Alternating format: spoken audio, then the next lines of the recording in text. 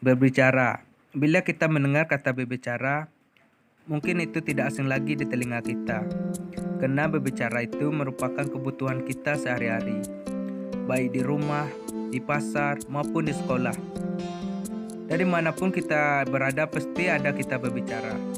Di mana pengertian berbicara itu sendiri adalah keterampilan menyampaikan pesan melalui bahasa lisan untuk mencapai tujuan tertentu. Di mana ada dua konsep dasar berbicara. Yang pertama penyimak dan yang kedua pembicara.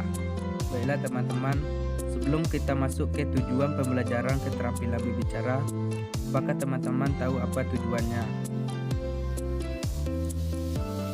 Baiklah teman-teman, tujuan pembelajaran keterampilan berbicara memiliki 3 tingkat. Yang pertama tingkat pemula, tingkat menengah, dan tingkat yang paling tinggi. Di sini kita membahas pada tingkat pemula, di mana pengertian dari tujuan tingkat pemula ini meliputi melafalkan bunyi-bunyi bahasa, menyampaikan informasi, menyatakan setuju atau tidak setuju, menjelaskan identitas diri, menceritakan kembali hasil simakan atau bacaan, menyatakan ungkapan rasa hormat, dan bermain peran. Di dalam kita mempelajari keterampilan berbicara, pasti kita memerlukan teknik-teknik pembelajaran tersebut. Di mana teknik-teknik pembelajaran keterampilan berbicara, yang pertama berbicara terpimpin. Di mana berbicara terpimpin ini meliputi frase dan kalimat, satuan paragraf, dialog, dan membaca puisi. Yang kedua berbicara semi terpimpin, meliputi reproduksi cerita, cerita berantai, menyusun kalimat dalam pembicaraan, dan melaporkan isi bacaan secara lisan. Yang ketiga berbicara bebas. Berbicara bebas ini meliputi diskusi, drama, wawancara, berpidato, dan bermain peran.